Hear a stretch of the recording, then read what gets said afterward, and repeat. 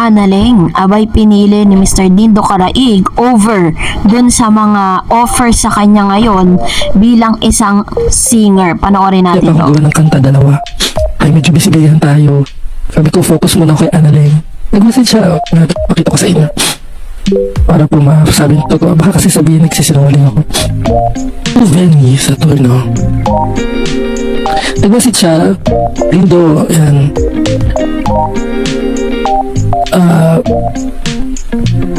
Pinag-ano niya ako kasi may sked. Alam niyo guys, sa pagkanta kasi madama akong sked talaga. Kaso cancel talaga yun. Cancel talaga lahat.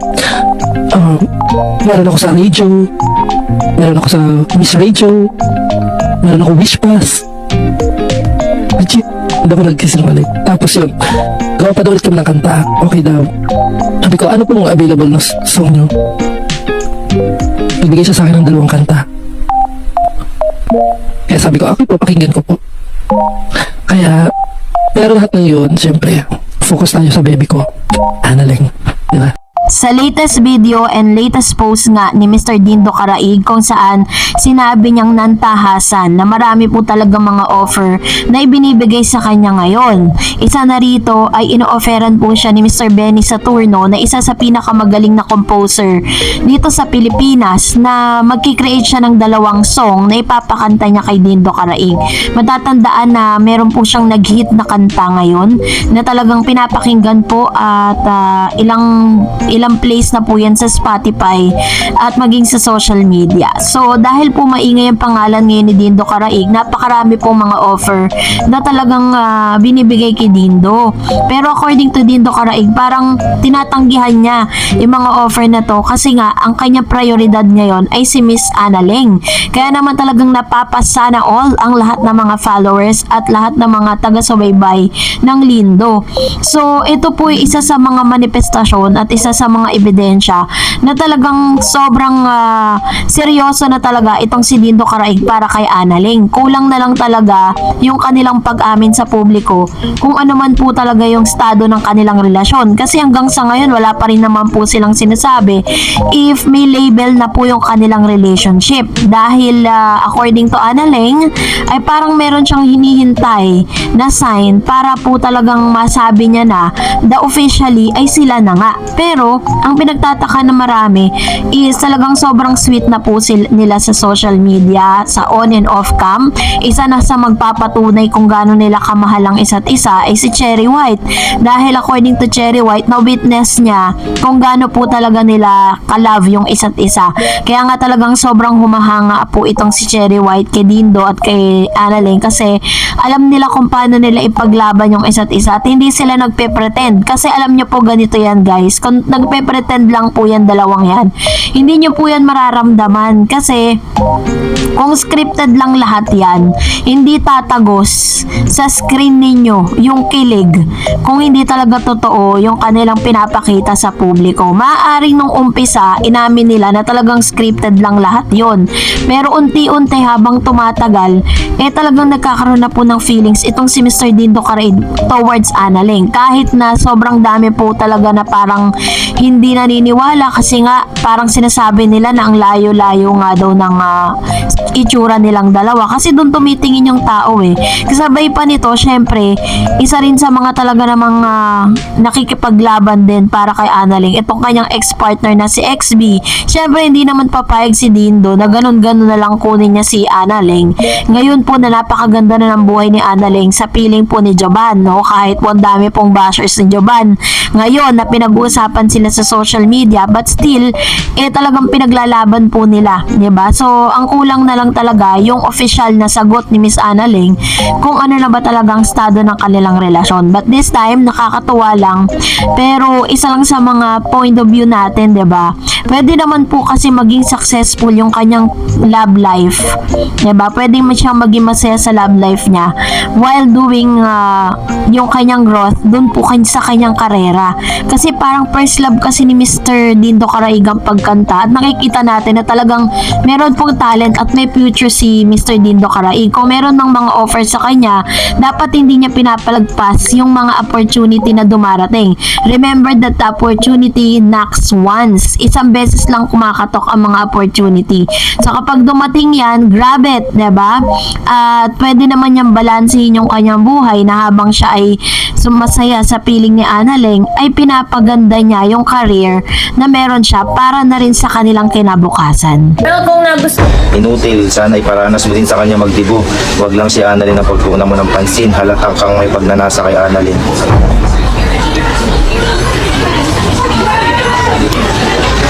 Sakit ka. Gago kayo, ilo. Sakit ang ginagawa nyo. Sakit ang yun. Sabi kayo.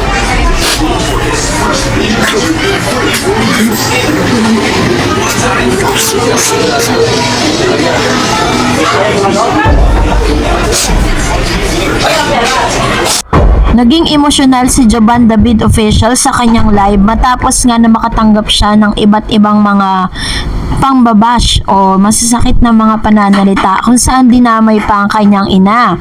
Ang tangi lang namang gusto ni Jovan ay i-announce ang patungkol sa napakagandang plano niya para po sa debut ni Miss Annalyn.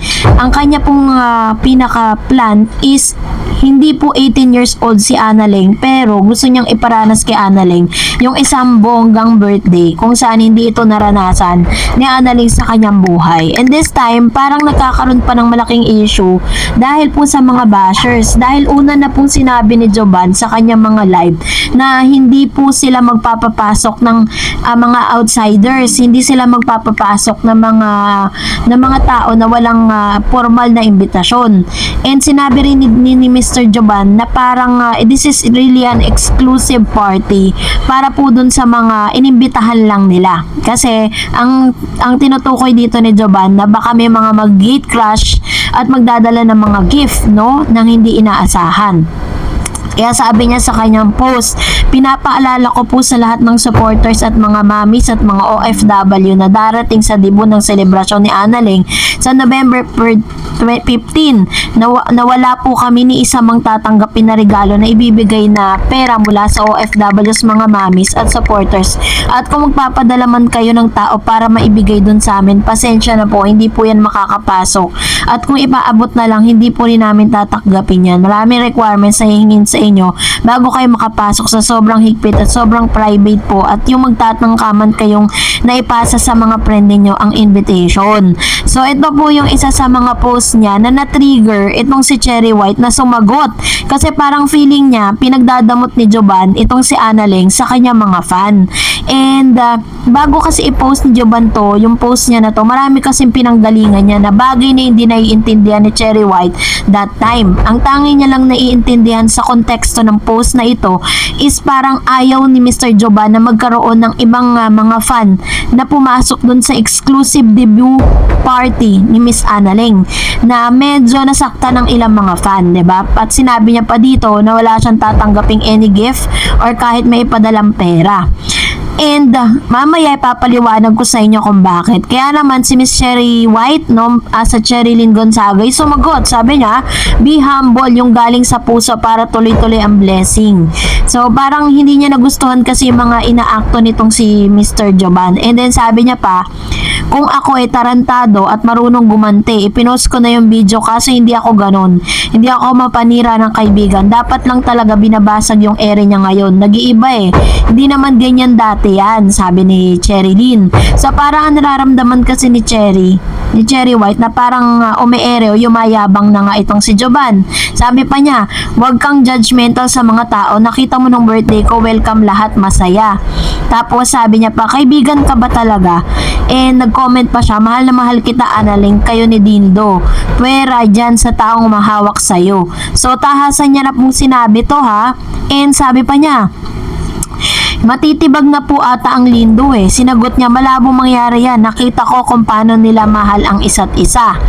And sabi niya pa, seryoso tol, kinabahan ako bigla pumunta. Paano kung bigla kaming nagkamera, di namin maiwasan? Eh di mapapalabas kami sa venue. Nakakapanliit yun. Hahaha, yun po yung ilan sa mga conversation nila sa post nga ni Jovan.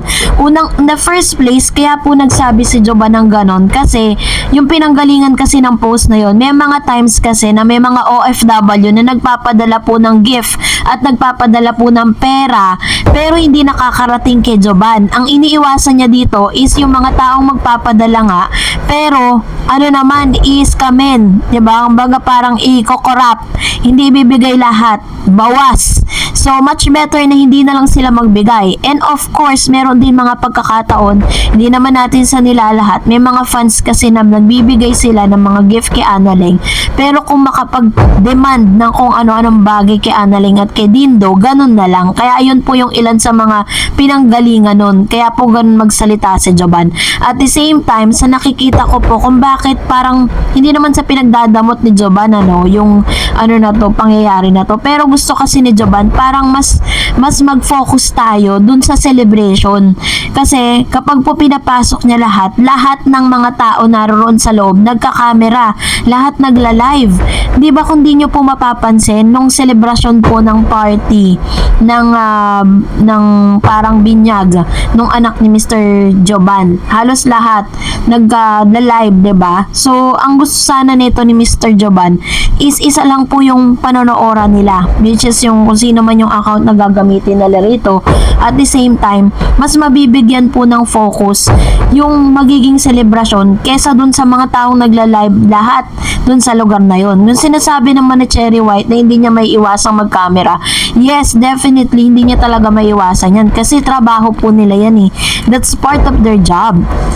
Kaya hindi po talaga may iwasan yan. Pero bilang respeto na din doon po sa taong nakiusap na sana wag munang i-live, hayaan po muna natin sila muna yung mag-post bago nyo po i-post sa inyong social media account. Alam nyo po sa mundo ng social media, para po tumagal tayong lahat, tama po yung sinabi ni Cherry White, dalangan, you need to be humble at kailangan mahalin mo rin yung mga taong sumusuporta sa'yo. Pero syempre, may boundaries din po ang lahat. Meron din pong limitation. No? So, hindi naman po ibig sabihin na sinusupport natin yung mga vlogger na ito, meron na tayong karapatan na saktan sila, meron na tayong karapatan na tapak-tapakan yung pagkatao nila. Well, kung nagustuhan mo ang video na ito, huwag mo kalimutan mag-like, mag-share, at mag-subscribe, at i-follow mo na rin ang aking Facebook page, Dareds TV. And also, I have my TikTok account, which is Dareds TV. Pwede nyo rin po akong i-follow doon. Thank you for watching, guys. God bless everyone!